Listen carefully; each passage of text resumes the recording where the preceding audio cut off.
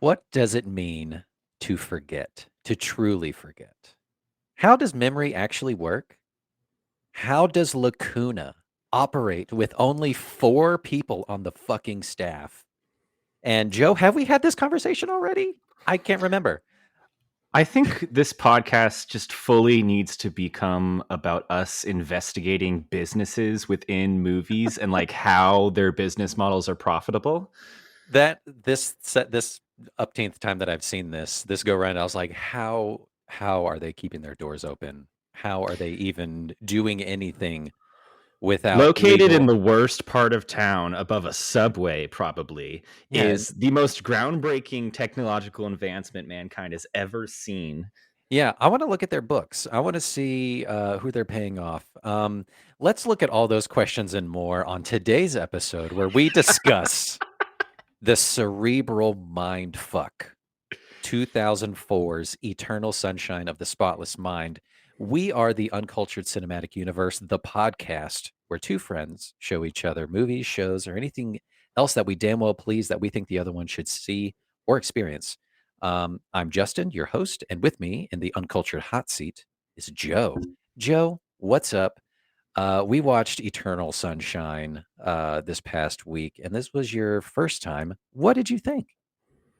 The sunshine, it is so eternal. Ugh. You can't stop this sunshine. um this is a movie for all you guys and girls out there who have fucking gone through a breakup. Yeah. Yeah, This is a this is movie. breakup movie. This is a movie. It's one of those movies that I'm always like, oh, this is like a Black Mirror episode. And then I'm like, Joe, stop comparing every basic sci-fi concept to Black Mirror because this came out like 10 years before. However, Um, it's it is very much in that same vein of like, you think this technological quick fix is gonna solve your problems, but that's gonna circle around, and bite you in because you the ass. didn't put in the work, Yeah. you're gonna learn a lesson here. Yeah. It's technology is not your friend Yeah. in this way. It's definitely not. I'm glad you brought up the Black Mirror-ness of it all because Mhm. we'll talk about that later. But yeah, this is sci-fi, romantic, comedic kind of stuff. It's an interesting jumble, but I think it nestles nicely just into like the indie category, you know? I I love the genre of like subtle sci-fi. So like the sci-fi elements in this movie are kind of almost, I mean, it's the concept of the movie obviously, but it's much more about the emotional connection between these two characters actually, and the sci-fi elements, like the actual machines that they're working with to like block his memory. They're working on like an old Linux, like they're Yeah, working on like a TI-85 calculator or something. Like essentially. it's this like unexplainable series of buttons and stuff, and they put like a colander on his head, and it's basically like we're calling this science. This is science, you guys. They're in Long Island, New York. They're, throw caution to the wind. We're here to serve a purpose Heaven and a on need. earth. Ooh, baby, do you know what that's worth? Mm. This movie, Eternal Sunshine, is part of our November series. We're going back to Wildcards because this is a Wildcard month once again. So, Joe, you informed me last episode or whatever that um, you're not going to be here for most of November. It's gonna be a Justin month. It's just me. Um, so it was just like, fuck it, let's do more of just whatever the hell we want. And I think next episode we're gonna bring Ryan back on, and we're gonna do something else there. I've got an idea or two. Um, I'm so excited. Do you have the movie that you're gonna show her, and can you reveal at the end of the episode, I or no? Have will, we I not picked will, it yet? I will. Yeah, You picked it. I have picked it. Excellent. Based honestly, like a TikTok that you sent me or an Instagram reel that you sent me earlier in the week, just set it over the line. And we'll talk about that. Oh my god, is it what I'm thinking? Yeah. Incredible. Amazing, you guys. This is great. So this was just like a random out of pocket kind of choice to do Eternal Sunshine. Um, hmm Yeah, let me run through some film stats, and we'll kind of just jump right on board to it. This movie was released March 19th, 2004, directed by Michel Gondry, a French Hmm. director, French filmmaker. His other notable pieces, contributions to the film bubble is Science of His Sleep. oeuvre. Yeah, is that Ourve? Probably. Or was there Sure. an A in there? I bet. Is this movie called The Science of Sleep? I don't know if you saw it, but we'll talk about it in a second. And The Green Hornet, which had like Seth Rogen as like a superhero kind of a thing. Eternal Sunshine could also be called The Science of Sleep. Like they could swing that title. It could go either way. But this movie's title is just so badass. It's so iconic because it's I know. insanely long, but it's really It cool. rocks. It rules. So hard. This movie was written by Charlie Kaufman, who also wrote Being John Malkovich, an adaptation. Yeah. He's where the subtle sci-fi comes into play here. Yeah, right. It's just yeah, it definitely has vibes of Being John Malkovich, of just like, I don't know, here's this weird concept and just go with it. Don't ask questions. So yeah, Eternal Sunshine of the Spotless Mind, starring Jim Carrey, Kate Winslet, Kirsten Dunst, Mark Ruffalo, Elijah Wood, and Tom Wilkinson. And also, some scenes were shot but were ultimately cut. Ellen Pompeo was supposed to be in this movie as well. Ellen Pompeo, pre-Grays? Pre-Grays. Yeah, pre-Grays, like a year before Grays, you know? What a breakout this would have been. Yeah. She was playing the part of Naomi. I Joel's was wondering if like she would come in at a certain point, but then I was like, oh, it's a fully unseen character in this movie. Yeah, they did a scene and they're like, this undercuts the whole story between Joel and Clementine. So like, just sorry, Ellen, better luck next time, you know, your big break will come. And it did next year. And she's been They're like, cashing you're checks. done in this town. And she like goes on to have 20 years of television phenomenal success. I know, right? Found this out, and this put a downer amidst the other downers that this movie is. Nick Cage was considered for the lead, and that would have been the absolute wrong choice. Yeah. I can believe that. He was in Adaptation, which Kaufman did. I believe he's like the star of that. Who else is in that? It's that's like Meryl Streep. Okay, yeah. Yep. That would have ruined the movie for me. Also, so Nick Cage was originally like the first flagpole, and they were like, we got to get Nick on the line, but scheduling conflicts, he couldn't quite do it. So they're like, you know who else should do this instead of Nick Cage? How about Denzel Washington? Let's get Denzel on the line. That I can't imagine. And Denzel turned down the role. He's like, I don't understand what's going on in the script.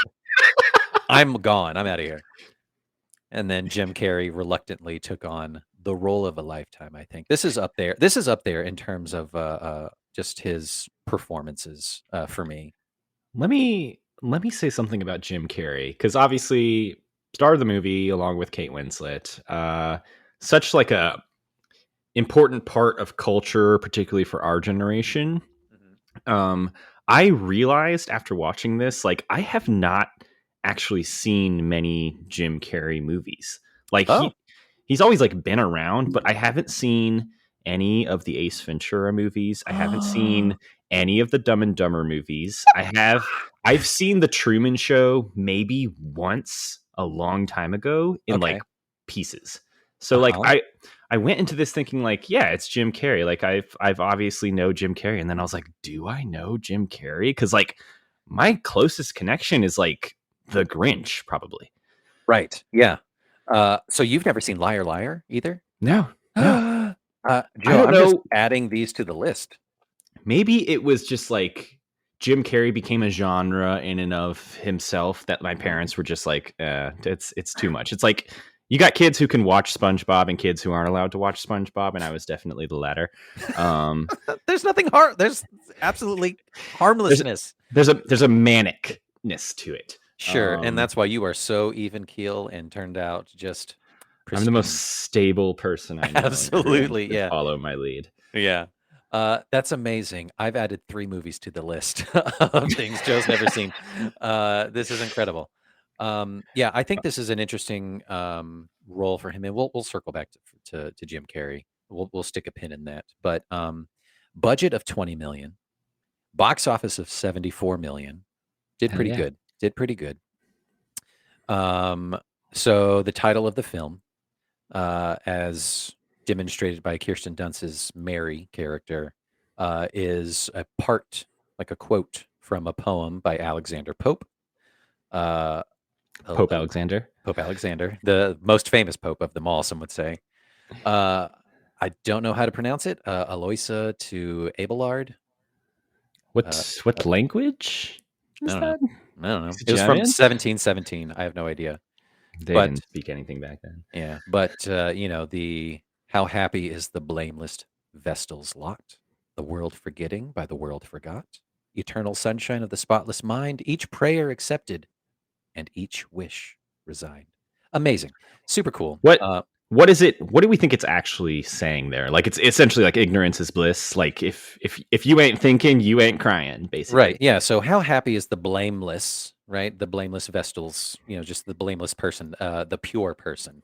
The world Hmm. forgetting by the world forgot, cutting off but being forgotten kind of a thing. Eternal sunshine of the spotless mind, spotless being clean, right? Uh, and by having a clean mind, you are just promised eternal bliss, right? Eternal sunshine, with each prayer accepted and each wish resigned. So, pretty cool. Literature 101, baby. Justin, I Really want to cool stuff. see you do like Shakespeare or something one day. You'd be good at that. You know what? I did have fun just thinking back last year when we were doing Young Frankenstein and kind of reciting his soliloquy or his monologue or whatever as the platform is rising as he gives life to the monster. So great. Give this monster life. Yeah. Yeah.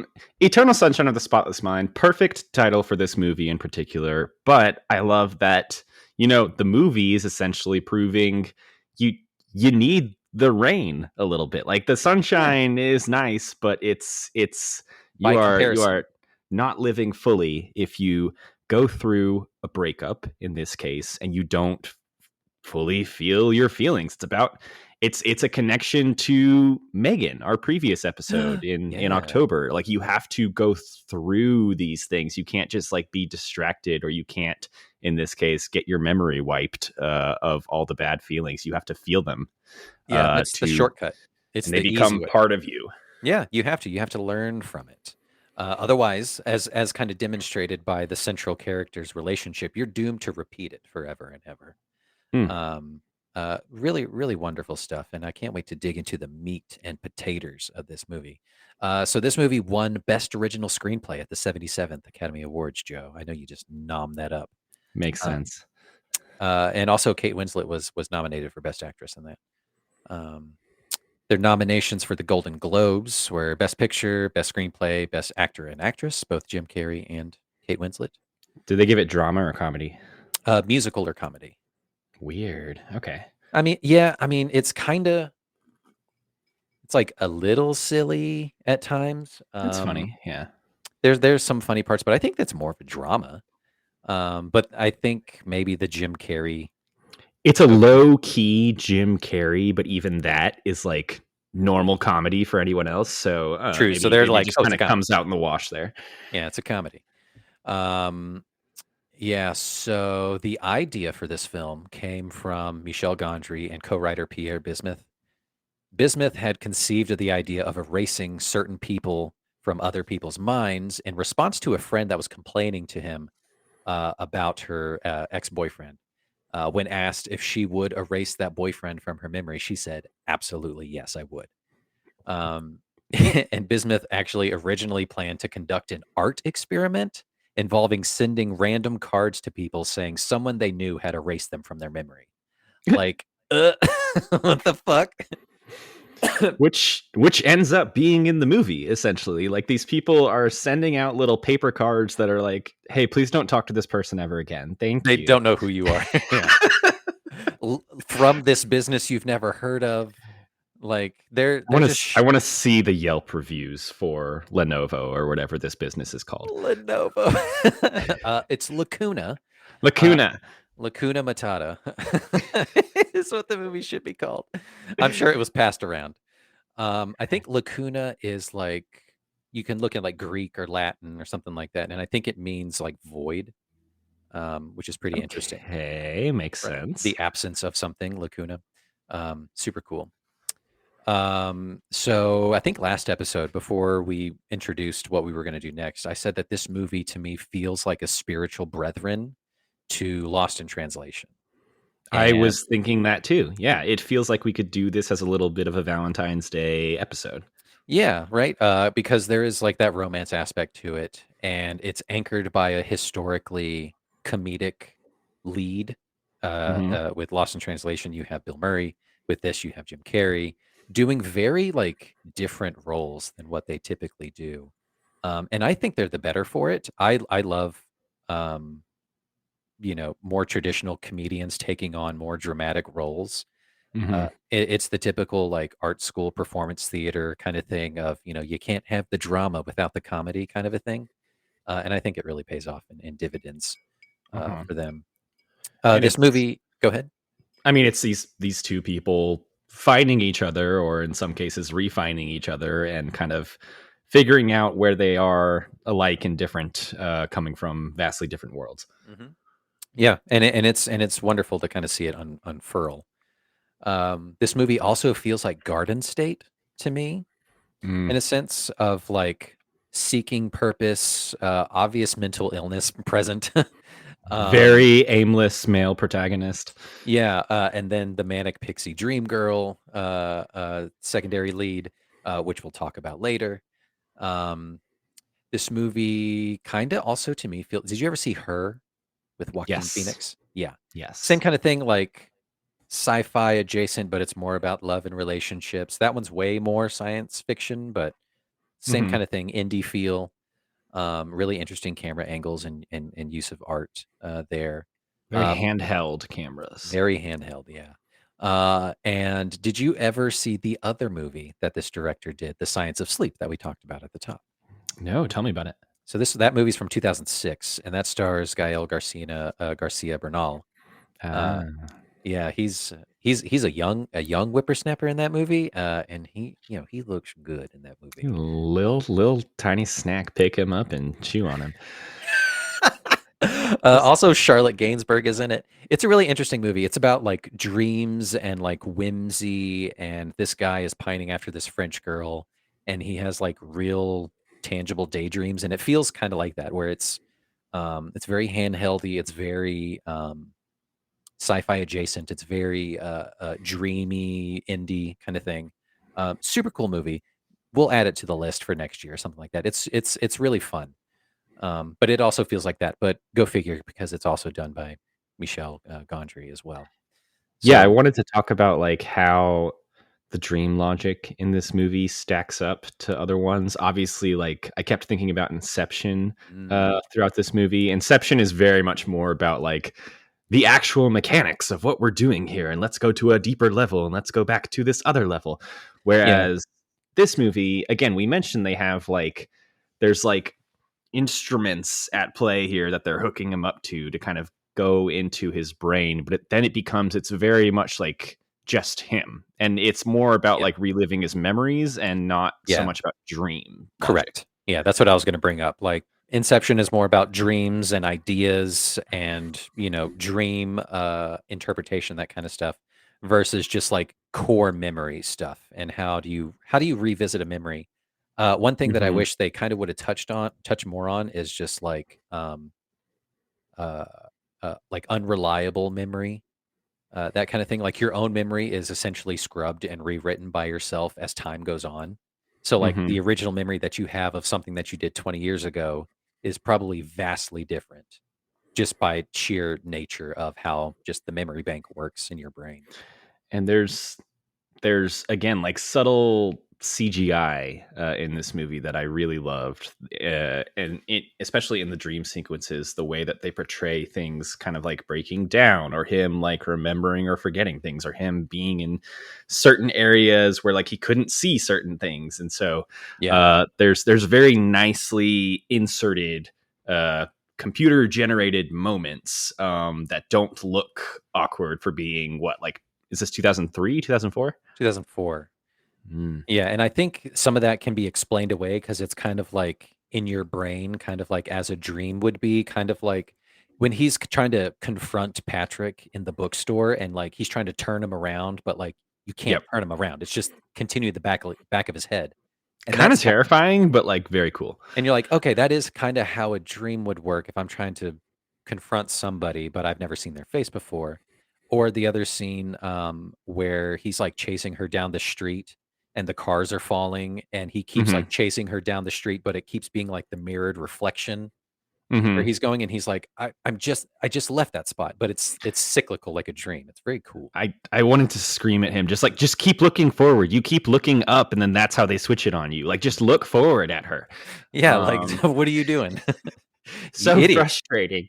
Um, Uh, I love the subtle touches towards the end where things like kind of fall apart. Like you get the whole inception. Oh, the dream is collapsing and stuff. And so they're in this house at the end, and everything's kind of falling apart. But that starts earlier when they're like running through a train station, and you get the shot from the trailer that we just saw where people are just kind of like popping in and out of existence until mhm, it's just them, because he's essentially traveling through his own memories as they are being erased. That is right, that's the concept of this film. I mean, right. we should probably do the plot description, but like that's what it is. Yeah, Um, that is where I was going next. That is my next big thing. But another note I wanted to say, let's make a quick tangent over here on do it. Trailerville. We had one of our videos on YouTube fucking erased.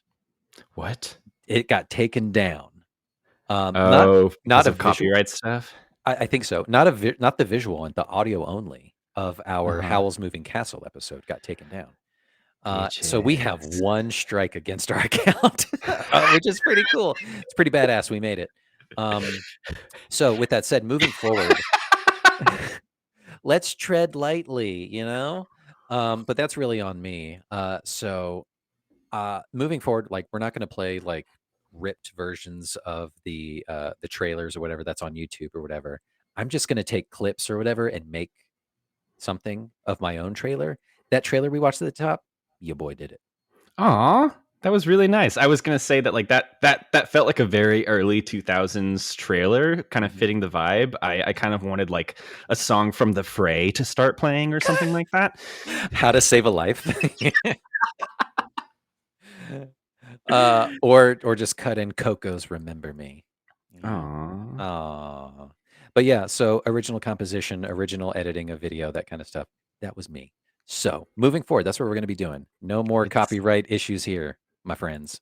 it's art. Yeah, let's not go to jail over this podcast. I would die for this Yet. podcast, Joe. All right, Joe, I'm gonna give you the indomitable task of, doing the plot of this very complicated spaghetti of a movie. Um, are you prepared to do that at this moment? Oh yeah. Okay. I'm gonna give you 1 minute, 60 seconds to do the plot of Eternal Sunshine of the Spotless Mind. Go. Joel and Clementine have broken up. Joel is kind of a loner, weird guy. He's been dating Clementine. Clementine's kind of very impulsive, kind of has like manic energy about her. They have a fight, they break up. Clementine goes and has this like experimental procedure done where she has Joel erased from her memories. Joel finds out and he does the same thing. And most of the movie takes place in his memories as he's going backwards through them to the very first moment he met Clementine. He is able to converse with her in these memories and kind of figure out what went right, what went wrong about their relationship as they are falling. These memories are being erased around him. There's kind of a B plot happening where the office people who are doing the erasing are like going insane in his apartment and stressing me out. And they themselves are dealing with the ramifications of this technology and whether or not it is ultimately a good thing to erase people who have hurt you or like represented big parts of your life that maybe are no longer there. Yep. Love it. Amazing. I can't wait to talk about the Lacuna employees because holy fuck. I my second bullet point as I was taking notes on this movie was just nightmare people. These are all nightmare people stressing me out. I grew an appreciation of it all towards the end, but in the beginning, I was like, if I was in a room with any of these people, I would just be so stressed out. Maybe Tom Wilkinson and Kirsten Dunst, they'd be fine. Yeah, but Elijah Wood is like the What? creepiest, What worst a little monster. rat toad boy. I know. He is. He's looking more like Gollum and Schmeagol in this flick than because he's fresh off the Lord of the Rings boat at I don't. 2004. I'm sorry. I don't want to ever see him in anything that's not Lord of the Rings. He's great in so much other stuff, but we'll I circle know. back to that. I know, and But it's yeah, not fair. he's honestly the worst part of this movie because he's so slimy and just Hmm. the absolute worst person to be around. Everyone else is fantastic, I think. Well, I mean, you follow the logic of like, what if a company like this actually existed? And of course, one of the employees would be trying to take advantage of these people and like sleep with Kate Winslet after her memory is erased, and he knows so much about her, but she doesn't know anything about him. Of And so course, the lead doctor would be banging the secretary who's had her memory wiped a bunch. Like, what the hell? what what doesn't make sense to me, well, I guess it falls in line with like the style and the vibe of this movie, that like there's like a dingy office place that they're going to. There's like four people total who work here. They have a million clients who are constantly wanting to get their memories erased. There's a woman in the waiting room, I remember, who's like clearly trying to erase memories of her dog, which I thought It's was really the sad. saddest thing. She's got like bowls and stuff. It's really sad. But then you realize that like not only are they like workers at this office, the office looks like a dental office basically. Right, They and it also operates as such. perform the procedure. And so the way the procedure works is they go to Jim Carrey's house, they like knock him out, they put him in this, they put this like colander thing on his head, and then they monitor the memory erasure, and it's Mark Ruffalo and Elijah Wood, and there's something about the energy and how they move. I kept on being like, they're like, there's so much banging into things in this movie. There's so much like discordant sounds. I was Yeah, like, this movie is purposefully trying to stress me out so much. And you're then gonna wake eventually him up. Mark Ruffalo is like partying with Kirsten Dunst, who he's kind of dating, and they're just like jumping on the bed while Jim Carrey is just lying there. It's so weird and stressful. It It's is. it, It, the whole movie is very like, this is slightly dream logic. This is 5% heightened than what actual reality is. But then it all kind of comes together at the end, and I hated how much I ended up liking it. good. Yeah. So fucking good.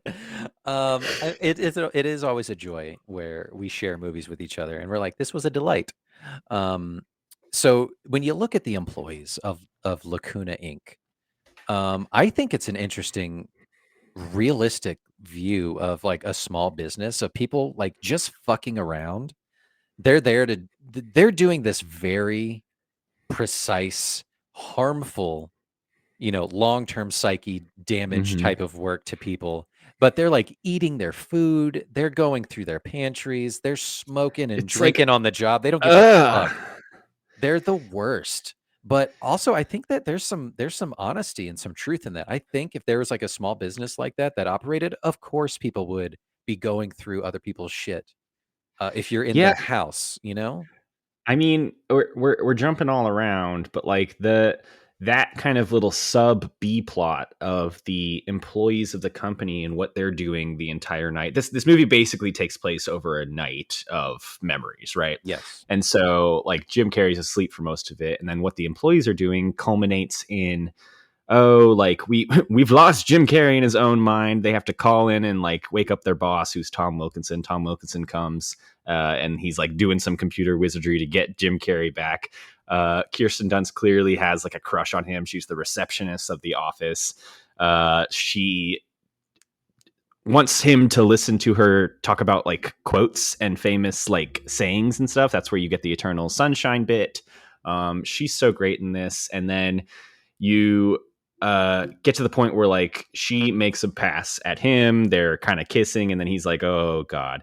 And then I did not see it coming. I should have seen it coming. His wife comes, Tom Wilkinson's wife comes and is like all mad at him. She's like, this is it. This is the last time. Like, and then fucking twist alert. This has Twist. already happened before. This is where the movie is like most a sci-fi movie to me, Mhm. and I would say like the way it kind of like sets up this twist is trying to surprise you. Like Kirsten Dunst has gone through the procedure and she has already tried to forget Tom Wilkinson, which doesn't make sense because why would she go back and work at the same place anyway? But I like sat up in my couch and I was like, ah, they got me, you know, like They gotcha. this concept was used so brilliantly in that way, I thought. Yeah, used on Um, the employees themselves, like mhm. the betrayal kind of thing of just, but then also it's just like, "Oh, of course." Right? That would Well, it, right? it it sets up the idea that like you think there's kind of like these two different storylines happening where like Jim Carrey and Kate Winslet are going through this whole like memory emotional story, and then the employees are kind of fucking around, but they both come to the same conclusion where it's like this technology, this concept of like memory erasure to kind of get the bad stuff out of your brain Mhm. ultimately doesn't work because You always you're come back. drawn back to the people anyway, and it hurts all the more when you come back. Or and if you know about it after the fact, like if it's revealed to Hmm. you like Kirsten Dunst is, or how she kind of blows up the whole business model at the end of the movie where she sends I love it. everyone's tapes. It's so Really great. cool. It's really cool. It's scorched earth, but, that is She's some like, that is some we damn we we fucked up. You should all have your memories back. yeah, Releasing chaos upon this small community, which I'm assuming they serve. Like this only happens in the where are Tri-County they? area. Yeah, New Long Jersey, Island. Long Long Island, yeah. Island. Yeah, the Yeah, larger country does not know about this technology yet. yet in the sequel, like more eternally sunshine of the extra spotless mind, would have I been crazy. I wrote down when Kirsten Dunst is like just watching Tom Wilkinson work and she's clearly for flirting him. I was like, huge. Look at your dad keeping bees energy. Um, It 100% is, you're right. You can't deny it. how old is your dad? Very. Summer, I want to fuck your dad. That's a good one. We're gonna intercut she's that she's scene. drawn to his brains. Um, But, like, weird, like, because it's unethical, it's dirty, it's I don't know, but Tom Wilkinson's a big old snack. I don't know. I guess. But, You know who unfortunately looks great in this movie though? Mark fucking Ruffalo. Ruffalo. Yeah, Ruffalo is he looks really good in handsome, this. handsome Yeah. as can be. The way that his hair is just done just so, he doesn't quite have the older, like, post, MCU Ruffalo voice, he's kinda Yeah, young, he's like obviously. he's a little skinny guy, and like wow, this is like less than 10 years before Hulk time, like Yeah, in yeah. the first Avengers. Yeah, he But comes up 8 years prior because he shows up in, 2012, in Avengers, so this is 8 years before that. But he's this movie, he was in 2 others that also released in 2004. what is it? He was very busy. I don't know, I'll circle back to it. But Mark Ruffalo was a busy boy in the indie circuit. Quite the guy. But as soon as he comes on screen, Ryan goes, "Is that Johnny Knoxville?" He's got the Johnny Knoxville hair. Yeah, And the jacket too. It's just like he's cosplaying Johnny Knoxville. And I was Johnny like, yeah, Knoxville was doing Men in Black 2. He was too busy. he was too busy. What a horrifying uh, turn of events that would be if he was in this movie. Joe, I want to talk about what makes this movie iconic. So, this movie to me is a film nerd, emo, MySpace scene kids wet dream. It is everything about the early 2000s and early 2010s kind of aesthetic, kind of vibe. Everyone was all about hair color, punk kind of stuff. It feeds into the hot topic of it all, you know? Hmm. Everyone who was in, um, stagecraft in high school or was in performance art theater, local college, that kind of stuff, loved this movie. Tell you what, Were you in stagecraft in high school? I was. Is that when you're like behind the scenes on the stage and you have like a roll of tape on your belt and like a hammer and stuff? So, in my high school, or in our high school, rather, I should say, Ryan and mine's, because we went to the same high school. Um, Hmm. Oh, uh, Stagecraft was the class that you could take. where you got to make all of the set pieces and everything else that had to do with the theater department that they Just put a on for that year. You're burgeoning artistic Justin yeah, we have here. yeah, you're just building set pieces and like makeshift boats or for this year's rendition of Willy Wonka and the Chocolate Factory kind of a thing. It's very strange. But it Very was a fun. cool ass class. But all of the kids who took that class were like gay theater punk rock kids just because that's Yeah. just the kind of aesthetic. My high school didn't have theater. The closest thing we had was mock trial, and so that's where all the gays went because they could get a little time to shine there. It's my time to shine, Jeffrey. Objection. It's not court. Brandon, I told you it's not court. Sit back down. Yeah, Yeah, this movie fits firmly, and you talked about it already, of that early 2000s, early 2010s kind of like fuckery films, Inception and Memento jumping to mind. This one, they all kind of play the same sort of game of like, uh, obviously jumbled storylines, um, looking internally, looking at memories, looking at dreams, looking at out of sequence kind of stuff, forgetting, remembering all of that. It was a big trope in that time frame of pop culture, which is very yeah. interesting, I think.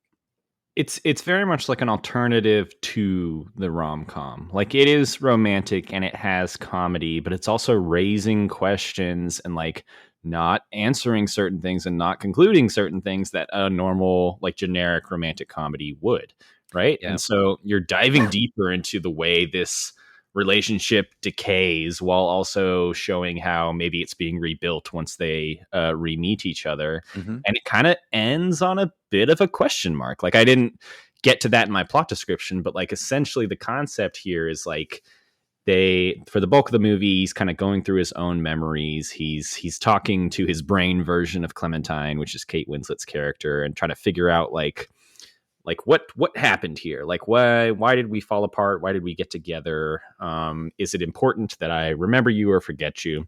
And ultimately those memories all disappear, and the movie kind of goes full circle to a scene at the beginning where you see them meeting and you realize that's them meeting for the second time because they're just drawn back to each other again.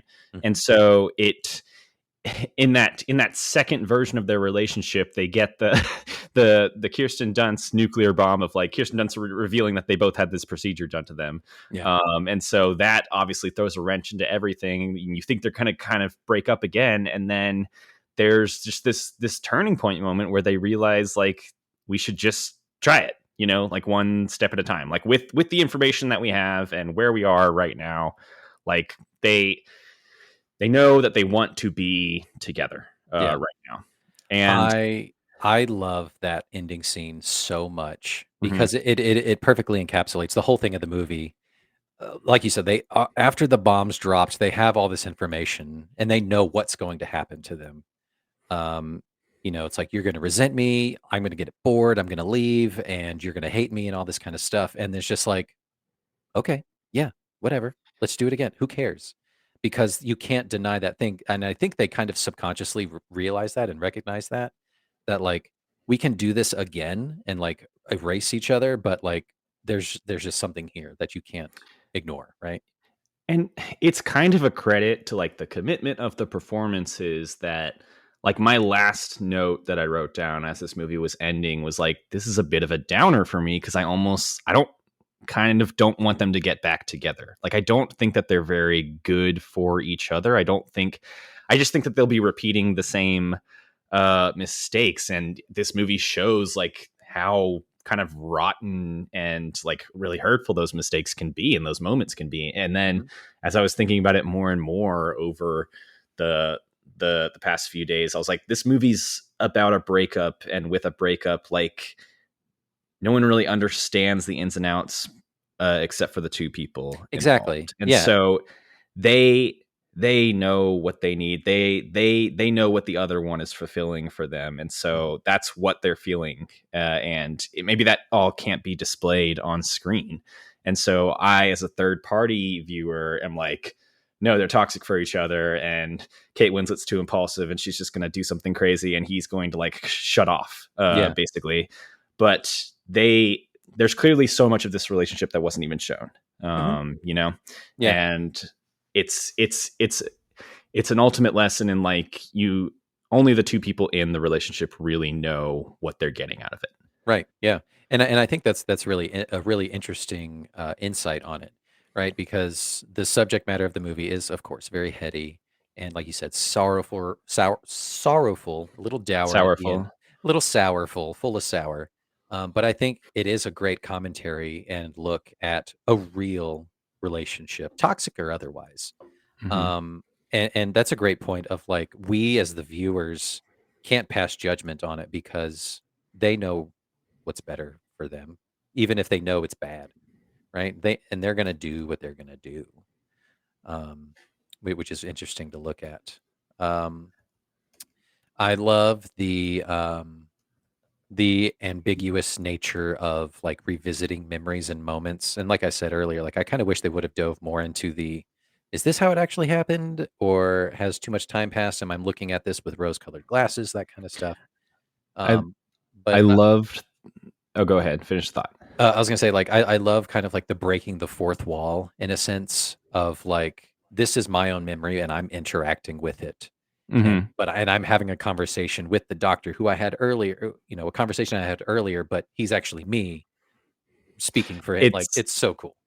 Yeah, no, that was my thought too. Like my favorite parts of the movie when they are in these memories and Jim Carrey and Kate Winslet are acting against each other. They're kind of playing out these scenes and then they both break, right? Cuz Mhm. Jim Carrey to an extent has like control over like how he behaves in these memories, and so they'll like have this fight and then they'll both kind of like talk about it, and then there's a scene where like they meet for like the second time and they replay the conversation like they're really into it, and then Kate Winslet's like, I really kind of got you there, didn't I? Like when Yeah. we had that conversation in real life. Like I love that little breaking moment. I bet it was like so fun to act in that case because there's such like a switch there Hmm. between like we're in it, but then we're switching to we're commenting on it, where we're Yeah. kind of reviewing it. And Jim Carrey goes from acting against Clementine to acting against like his little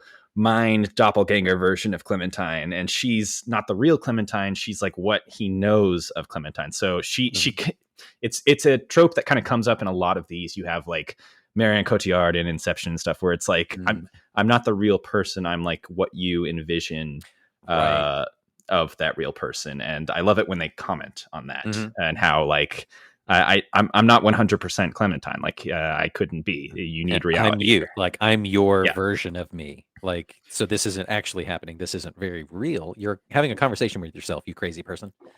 Hmm. Um, Speaking of that, I think this movie also has an interesting look and, kinds of shines some light on it, even though they don't specifically call it out of just mental illnesses in Hmm. general. Like, obviously, Joel has some sort of avoidant personality disorder, and Clementine definitely has some sort of borderline personality disorder or Hmm. bipolar disorder.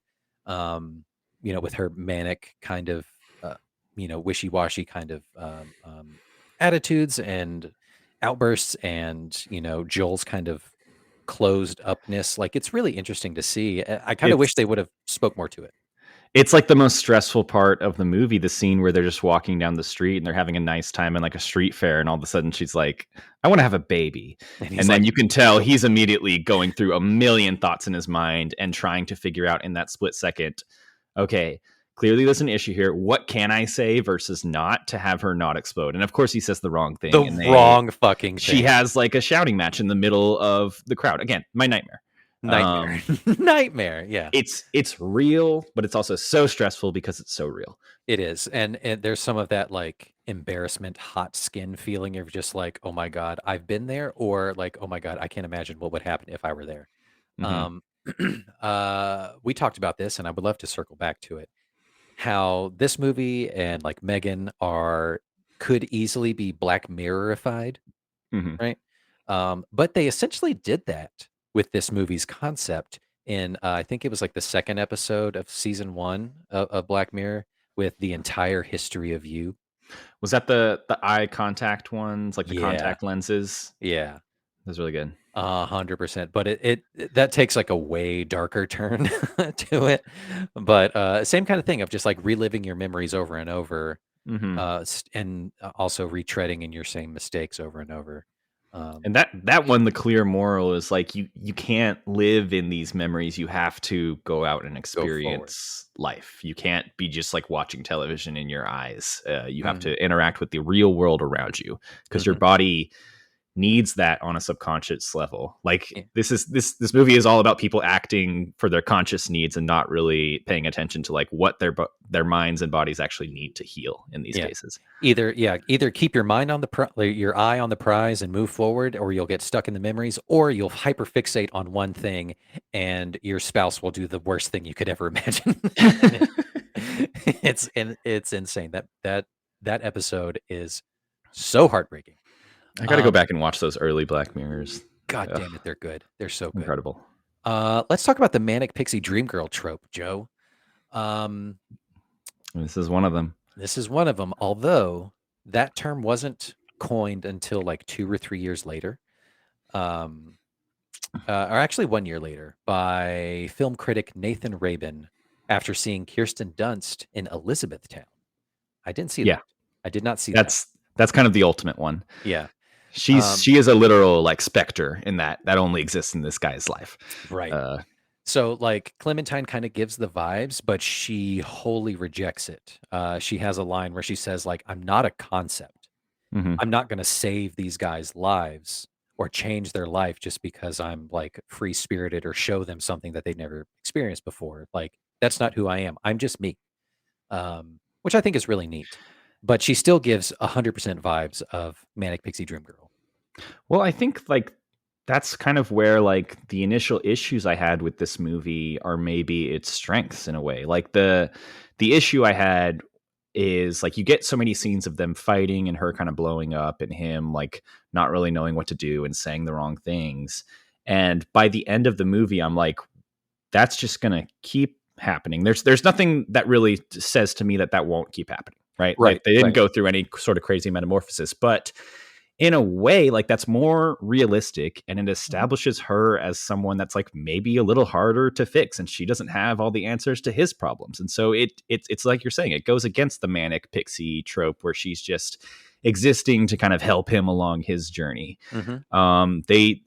They do end up back where they started in a weird way with more knowledge. And I do like that the one kind of like thing that evolves in a way is like he has like this recurring argument against her throughout the movie that like she kind of uses sex for a lot of things to like get people to like her. That's basically Mhm. like that's the one like uh, sore point like he can nail her with, and Yeah. it's ultimately what causes them to break up the first time. And there's this moment toward the end where they're in kind of like their second version of the relationship and they're coming head to head and they have all of this information and she's like, that's not true. Like She's I like, "I that don't kind do of that." hurt when you said that and I don't do that. And you can imagine it being like he has thought that so often in his head that it's Mhm. real to him because Yeah. she seems like just the type of tropey girl where that would be the case. Mhm. And so you think like, oh, if that's not true for her, what else isn't true? What else are we just assuming about her? Right, You know? and that's what you hope happens with them is that they take those tapes and they, like, obviously take it to fucking therapy, you guys. Hmm. Like, peel back the layer of the onion. We're going back to onions, you know? Peel it Mm. back and really understand what's going on here and work on yourselves if you really want this to work. Like, look at that. Like, Joel, why do you actually think that about Clementine? Because he has his own insecurities somehow, obviously, or something like that. Like, definitely take the steps and put in the work now that you have this knowledge of that. Like, this is what you guys used to think about each other, even though you have no memory of it. Like, this is now your roadmap, and that you operate Yeah. against that. And Um, maybe that's the arc of this movie is like they're both left at the end. They still have their problems. They're not like taking any new medication or anything. Their brains are still the same, but they have more of an understanding of each other. And so Yeah. individually they might still have problems, but maybe their relationship can grow a little bit better. Yeah, you really root for them. There were some other scenes I think that were deleted or in the original screenplay or in the original script that they didn't get to. But I think it was like a flash forward or something like an older Clementine comes back in to do the procedure like again to erase Joel, but it's for like the 15th time or something like that. See, that'd be so depressing. I'd be so Right? sad. That would be a Black Mirror episode, right?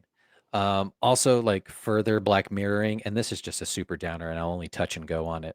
But the original script had uh, uh, Tom Wilkinson's character kind of reveal to Mary, Kirsten Dunst's character, um, that there was an illegitimate love child conceived at one point, and he convinced her to do. And like, I was like, oh, that would have been too much.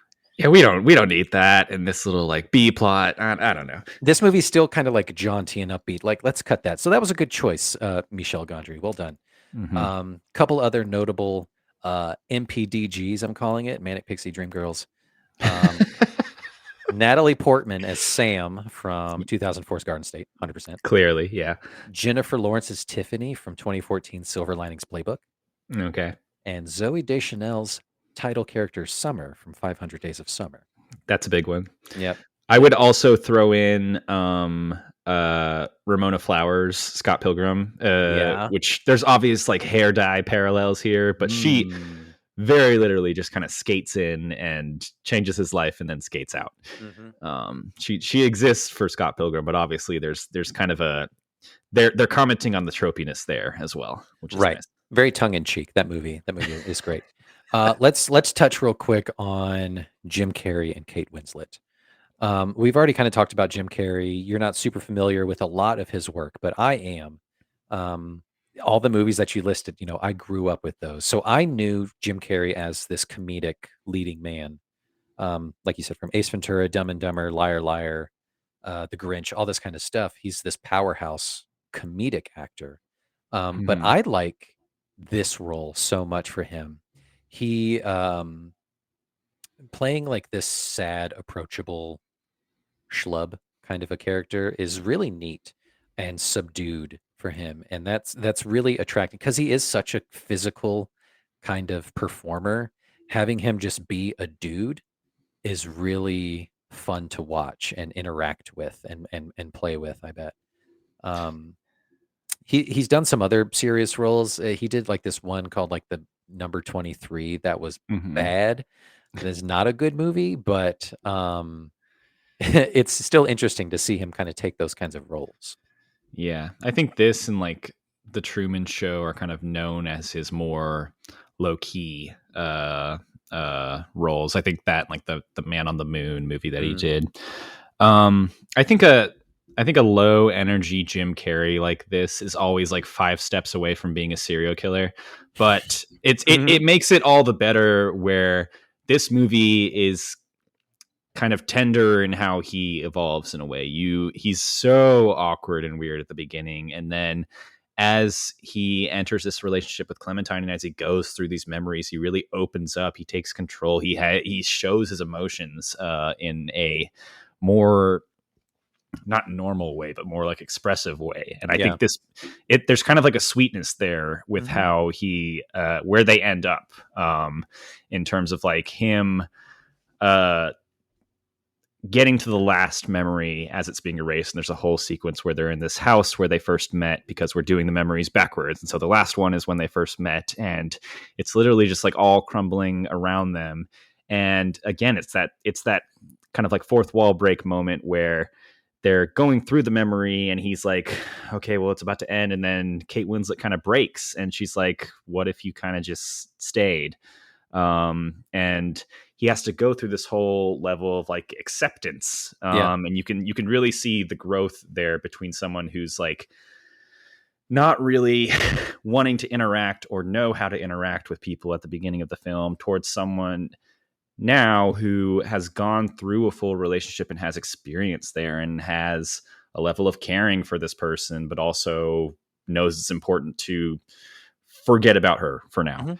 Yeah. Um, Yeah, I love that last kind of, like, as we enter that last memory of, like, this is mhm. where I first saw you on the beach with the jacket, the sweater. I would come to hate that sweater, that orange one, but, this is where we first met, and she's talking to him, their first interaction on the steps, and she's like, "This is it, Joel. This is the last one. This is the last memory. It's gonna be go over soon."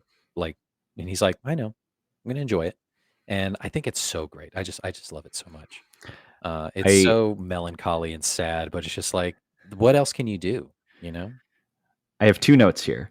Um, when the film started, and it's like we mentioned how the camera's very handheld. It looks like it's very much made on a budget. Mhm. And then I was like, what actually is the budget for this movie? Because these sets are intricate and they are trashing all of them in various ways. Yeah, they are. They like drown his apartment basically. They rain everything because it's like dream logic. Oh, it's raining now and it's in the apartment. And then they go to this like beach house where through CGI or practical effects it's like falling apart around them. And I was like, Yeah. what actually is CGI? What's practical here? This movie is a lot more intense from a technical standpoint than you initially think it is. You think it's kind of like a student project at first, and then it's Right. like there's And again like those subtle touches that you barely notice. my favorite touches are like the student filmedness of it, of just like, how would you interpret going through your dreams labyrinth kind of a thing? And it's like, oh, well, it's dark and you shine a spotlight on them. And Yeah, that's kind of what, and it's like, it's it works. there's a It's flashlight tied to the camera, and that's all I'm seeing. But, like, that plays so well, and I think Mhm. it's really brilliant.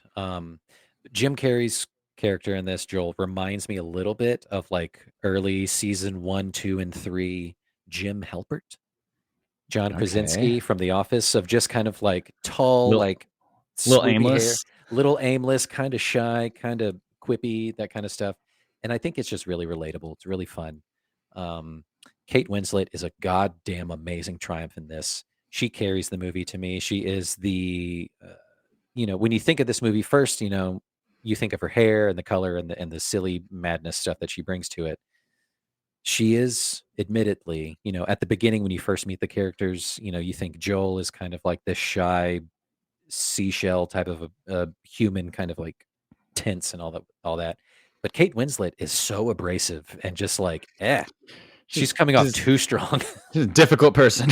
Like, Ryan was saying, like, "Jolt, like, run. You want no part of this. Like you Leave can't you her at can't her ever apartment." say the right thing around her. Yeah, and it's just like, you were walking on eggshells the whole time.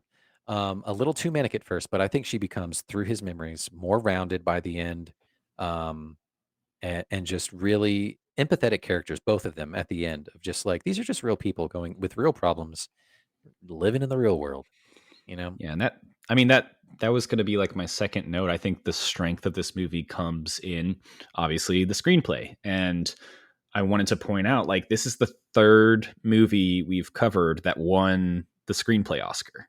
And so back when we had our Oscar our month of Oscar miniseries back in April, I Mhm. think Yep. we covered The Social Network and Moonstruck. Both of those won the screenplay Oscar, among others. Yep. And so I think we're really drawn to these movies where um, so much of the story can be expressed in these like small but potent one-liners, and so much of what makes the movie iconic is the script rather than necessarily like the The visuals, right? grandeur, yeah.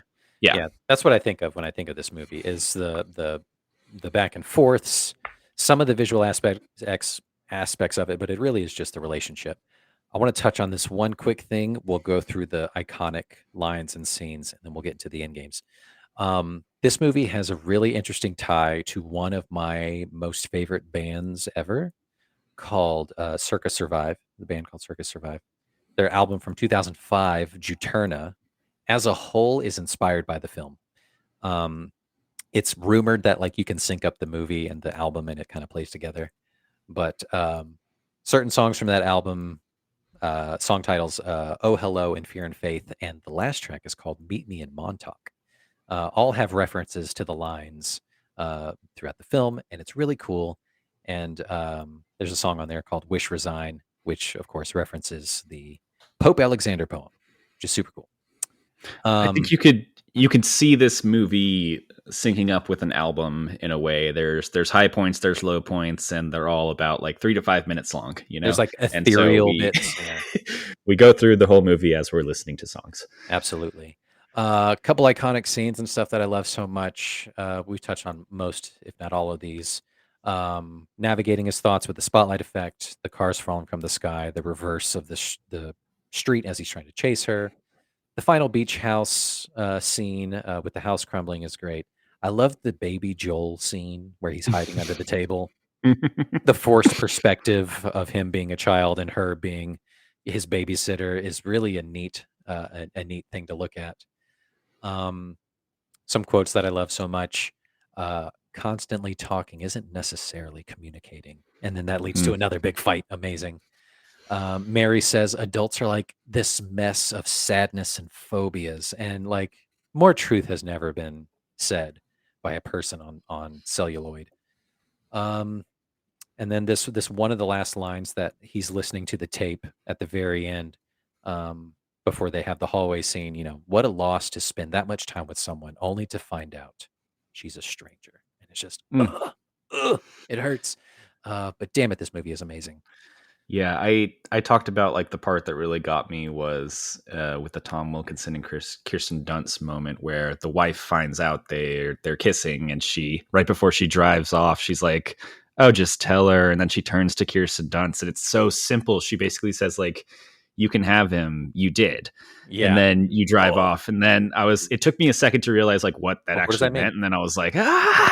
Damn Uh, it. it's such a it's the simplest way to convey so much that has been building up for half this movie. Yeah.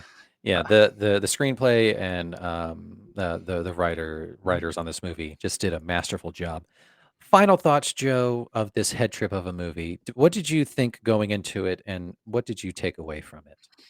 Going into it, I knew about its Oscar history. I knew kind of stoic Jim Carrey was going to be a thing. I didn't really know too much about the story. I knew it was like about memory erasure and stuff. In the midst of it, I felt like it was more of a bad shroom trip than a breakup movie. Yeah. In terms of like, again, like so much stressful, discordant like noises and people not caring about like making messes and stuff. Mhm. Like, oh, but I think that's kind of where the Kaufman bit comes in. And then coming out the other end of it, I respect it as a movie that is maybe a more accurate portrayal of how complex and not able to be understood relationships can be, other Mhm. than the people within them. Great. That's amazing. Mm. Um, on a scale of 1 to 10 erasers, how many erasers would you give this movie? I'll give it an 8. An 8, and you would recommend to friends who's never seen it Yeah. before? Amazing. That's great. We did it. Cheers to you, Joe. We'll cap off Cheers. this episode with this, and we'll talk about our cocktails. So obviously, the first thing my brain went to was, shit, what is it called? Hang on. Scroll, scroll, scroll. It's called a mind eraser. Mind eraser. Ooh. Yeah. All right. It's equal parts coffee liqueur, vodka, and club soda. And it is delicious. This coffee liqueur made myself, baby. I don't remember how, Oh. so don't ask me. Well, your mind was erased clearly. Um That's right. how Was it? yeah. Justin, we made that last week. Don't Oh you my remember? god. I was gonna fuck with you most of the episode, and I just couldn't commit to it. Too much of a bit, too Yeah, long. too long of a bit. Um What do you got? I'm drinking what I'm calling the Eternal Clementine. Um, Ooh. so it is composed of any ingredients you have, but they have to be orange. Mm. Because there's so much about Clementine's hair and name and the tangerine of it all in this movie. So what I have here is a dash of Aperol, Grand Marnier, Triple Sec, passion fruit liqueur, and orange bitters, and then I topped it off with Italian blood orange soda. Damn. That It's sounds very beautiful. citrusy.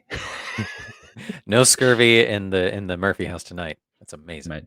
My toes are very healthy. The healthiest toes you've ever seen. That's great. I'm so glad you enjoyed this movie. It's iconic for a number of reasons.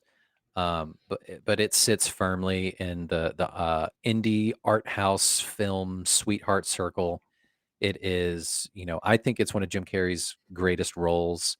I think it's one of Kate Winslet's greatest roles.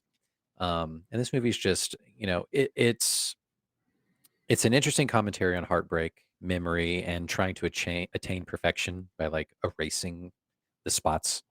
But I just appreciate this movie for just like how real it is and how it feels. It feels honest to me, and it's really cool. It's cool to look at. It's pretty. It's a cool movie. Yeah.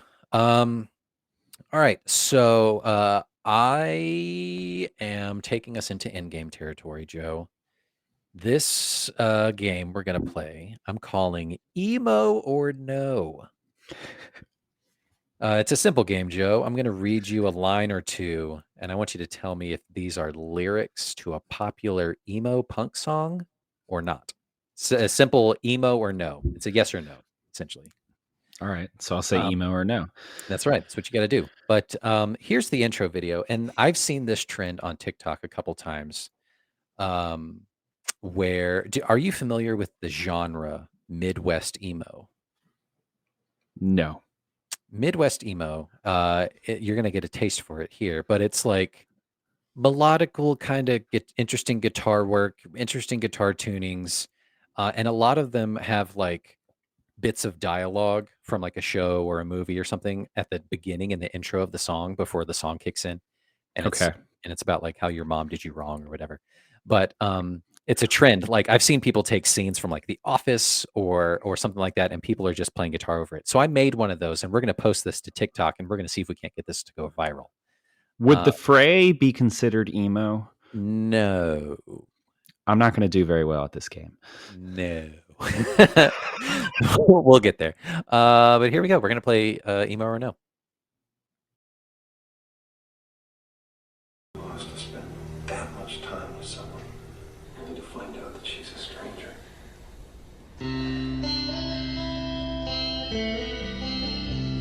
Wait. What? I don't know. What Just do you wait. want, Joel? Just wait. I don't know. I want you to wait for just a while.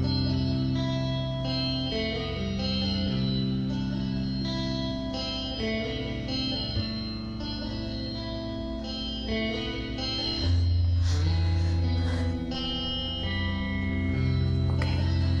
Really? I'm not a concept, Joel. I'm just a fucked up girl who's looking for my own peace of mind. I'm not perfect. I can't see anything that I don't like about you. But you Right will. now, I can't. But you will. You know, you will think of things. And I'll get bored with you and feel trapped because that's what happens with me. Okay.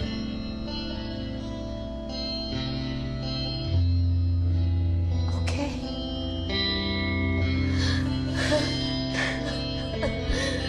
Okay.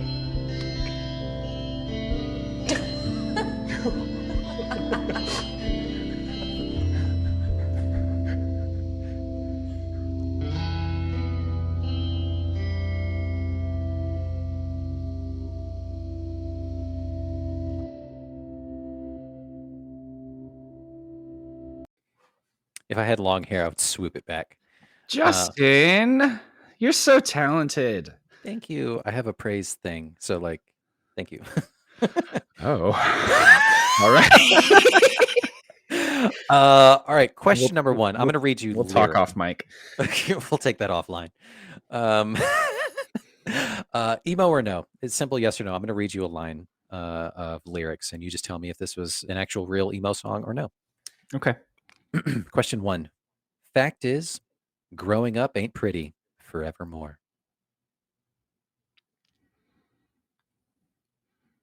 Those words seem weird to string together, so I'm going to say emo.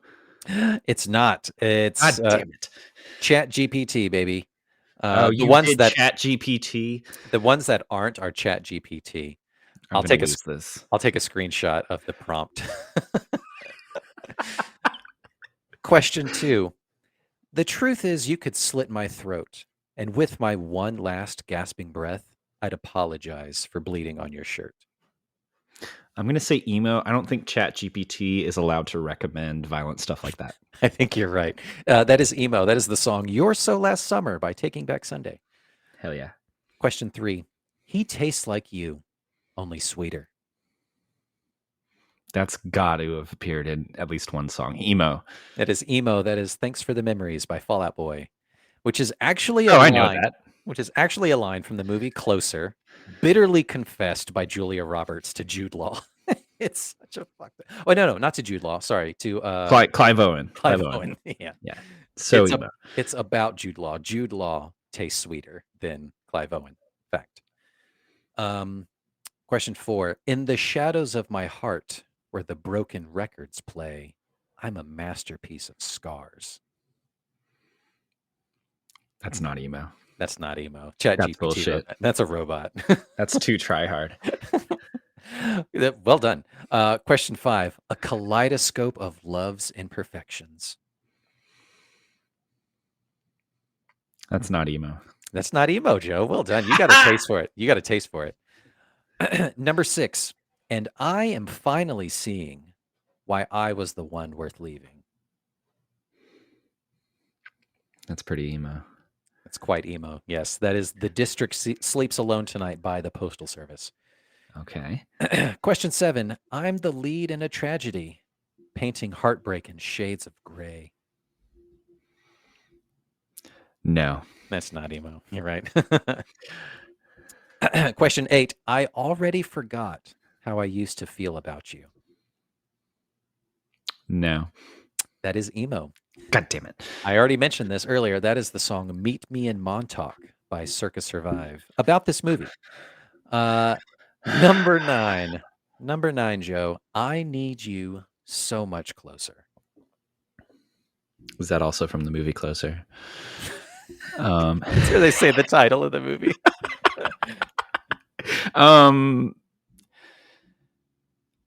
Not emo. That is emo. That is from the song Transatlanticism by Death Cab for Cutie. Last song, Joe. Growing up, they said, would be a piece of cake, but it feels like I'm dancing on a rusty rake. I can't keep a straight face. That's not emo. That's not emo. Fucking ChatGPT with the bangers, dude. I love that you use ChatGPT. It's that little subtle evil technology that we're dealing with here. See, that's what it's very in line.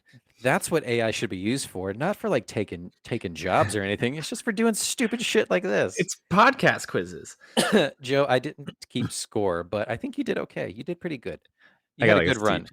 Yeah, you had a good run in the middle there. I'll report back and see how you did. But Joe, that was Eternal Sunshine of the Spotless Mind. What a hell of a time. Good movie. Good movie, not bad movie. Well Glad done. it exists. Me too. Has tremendous replay value, if I must say so myself. Yeah, so we won't see you for the rest of the month, which is totally fine. We are no strangers to that, but this time we're not going to scramble like we did last time in the summer where we did Terminator 2. So the next episode in the next couple of weeks or whatever, Ryan and I are going to get together back in the living room. We're doing UCU After Dark. After bedtime. That's right. That's what it is. Because after we put our kid to sleep, we jump in the living room and jump on the hot mics. And we're going to be talking about the seminal classic, Interstellar. Christopher! I already kind of had this movie and Arrival. I wanted to do this movie and Arrival. Next time Ryan and I did an episode.